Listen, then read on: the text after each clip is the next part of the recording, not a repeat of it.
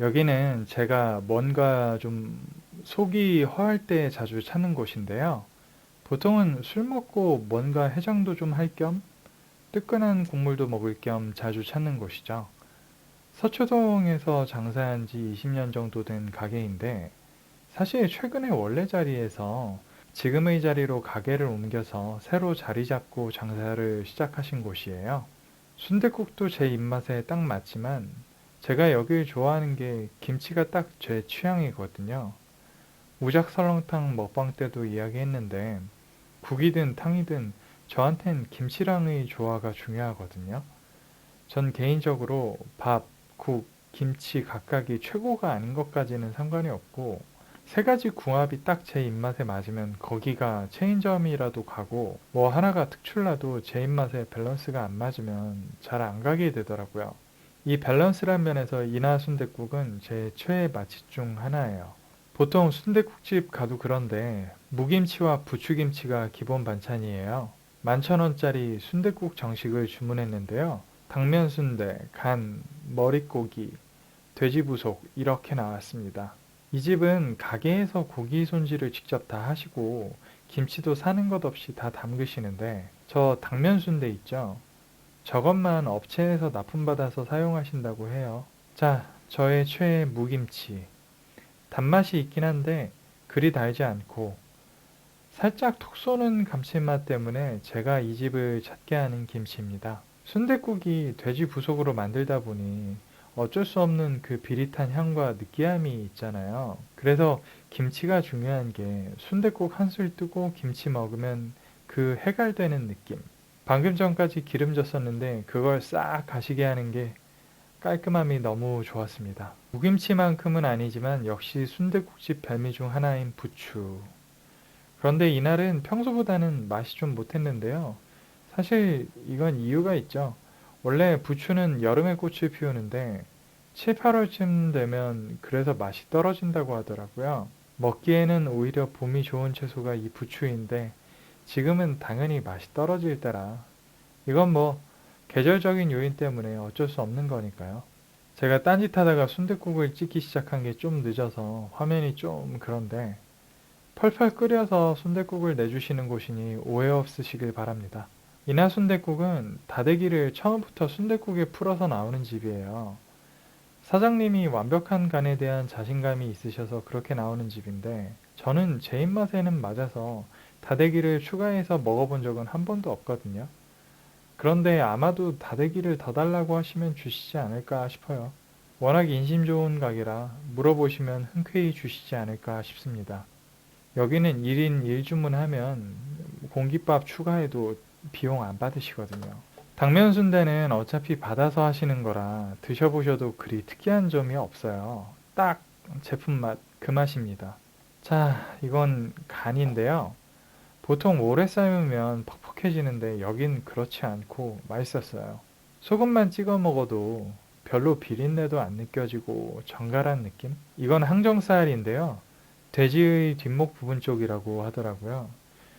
요새 남영동 같은 데서 가브리살도 팔지만 항정살도 굉장히 잘 나가는데 사실 항정살 구이로 파는 데가 좀 오래된 동네 돼지고기집은 없는 데가 많죠.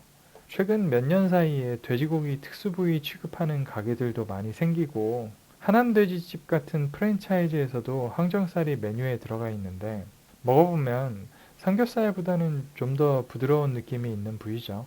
사실 기름이 많지도 않은 부위인데 먹어보면 참 신기한 부위. 역시나 잡내 없게 잘 삶아내셔서 부들부들 식감도 좋고 맛납니다. 따로 나왔으니 이렇게 부추에 싸먹는 것도 별미죠.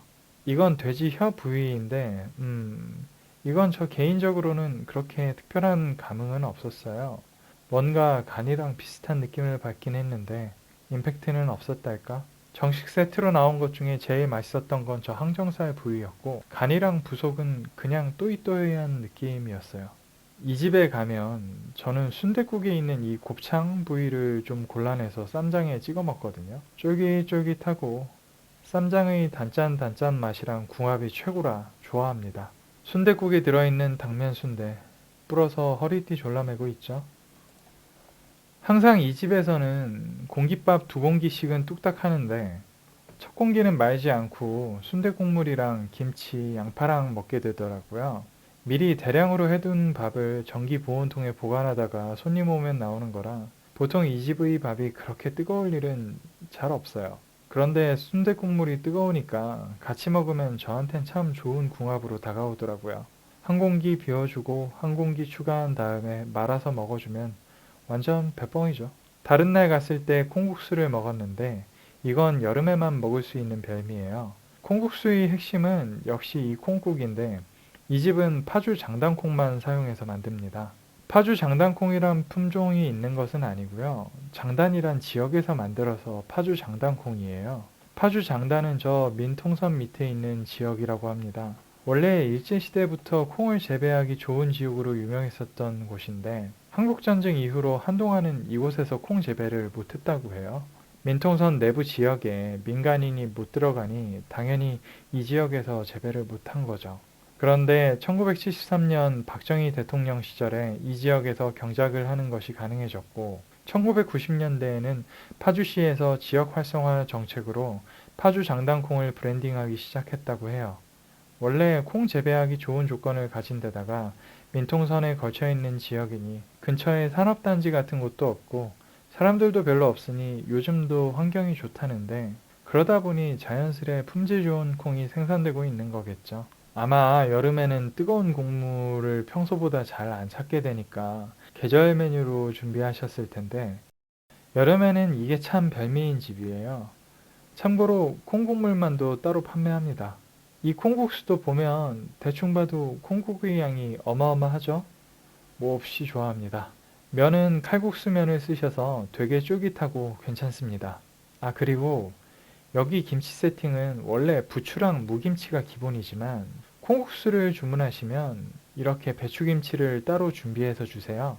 확실히 콩국수는 소금 적당히 넣은 뒤에 배추김치와 함께 먹는 게 최고의 궁합인 듯해요. 제가 이 집 무김치 좋아하지만 이걸 무김치랑 먹으면 이 맛이 안 나겠죠. 제 취향인데 콩국수 국물에서 그 갈린 콩가루 질감이 안 나면 맛이 안 나더라고요.